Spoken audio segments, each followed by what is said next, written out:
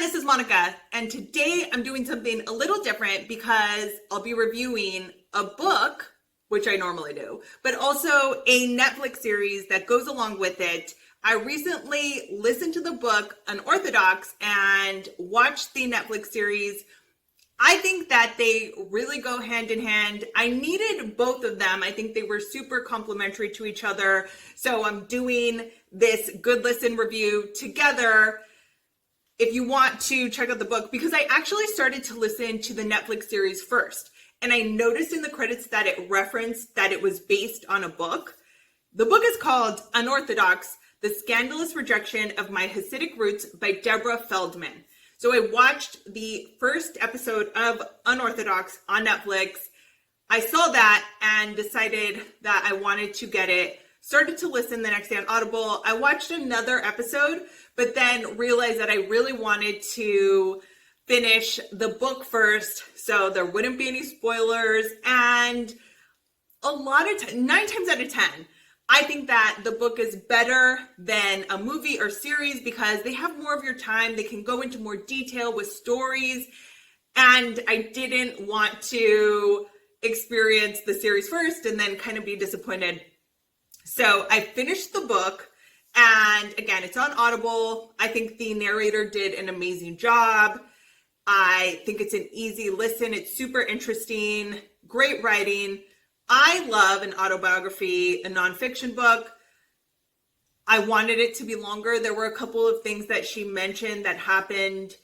A story with her husband and potentially getting an STD that she kind of like glazed over. There were a couple of things like that I was like, wait, what? Like, I'm gonna let you finish that story. But outside of that, I think I just kind of wanted more, which I often do with a good nonfiction book. So I do recommend, I think I said last time that my very scientific rating scale for audiobooks or podcasts is yes, no, maybe, or whether or not I recommend. I recommend this. I think it was a great book to read or to listen to. Definitely think it was well done and very interesting. I also highly recommend the Netflix series. And for me personally, I don't know your life, but I am not super familiar with Jewish Orthodox culture on any level. So as much as I legit enjoyed the book, I didn't fully appreciate it until watching the series, because there were some things that she was talking about and the way that they treat women in this culture. You know, she had to hide books that she was reading. She wasn't allowed to read books. She hid Little Women underneath the, not actual Little Women, but the book Little Women underneath her mattress because she would have gotten in a lot of trouble. She had to sneak off to the library and hide books when she wanted to read them.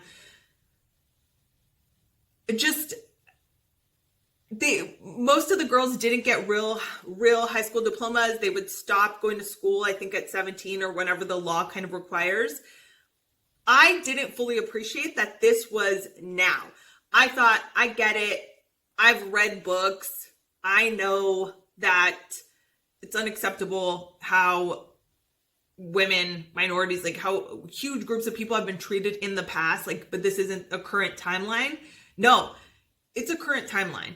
And to see the series and really be visually reminded of that, be reminded that these people are dressing like this, treating each other like this, acting like this, having arranged marriages, just women not having a say, being secondary citizens. I was like, yeah, like that's how things were. And to realize that this was her reality, I think I needed that visual more. Also,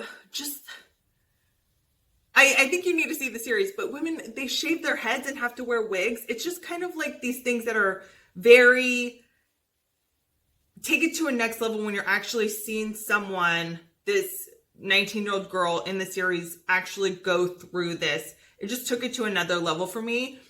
It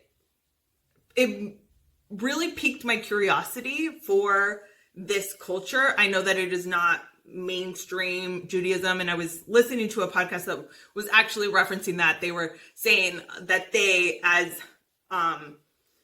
Jews, were kind of like, we hope everyone doesn't think this, and I kind of get that, because it made me curious to myself, where I was raised Catholic. I went to Catholic school, and I remember being told things that seemed kind of offensive about what someone thought about Catholicism. And it is just like, no, that's not super accurate. So it just made me think, like, I would like to even learn more about this culture, which is a subset potentially. And it just really has made me want to even do more. And mind you, I listened to the book, I watched the series, I watched the making of the documentary, and now I'm just like, okay, what's next? How can I get more information?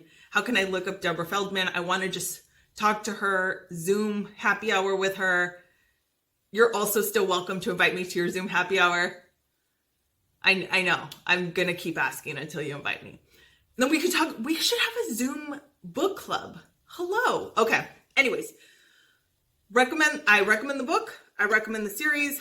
I recommend the making of the series. That's only 20 minutes long. I also wish that was longer. But I think overall, it is very interesting.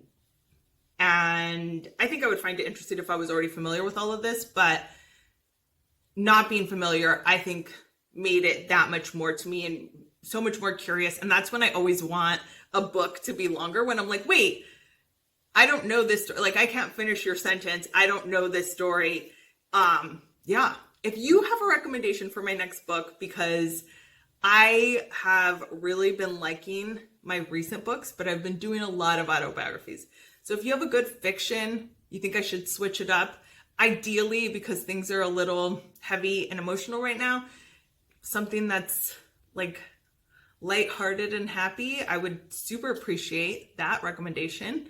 But yeah, I recommend both. I think it's a good listen and a good watch.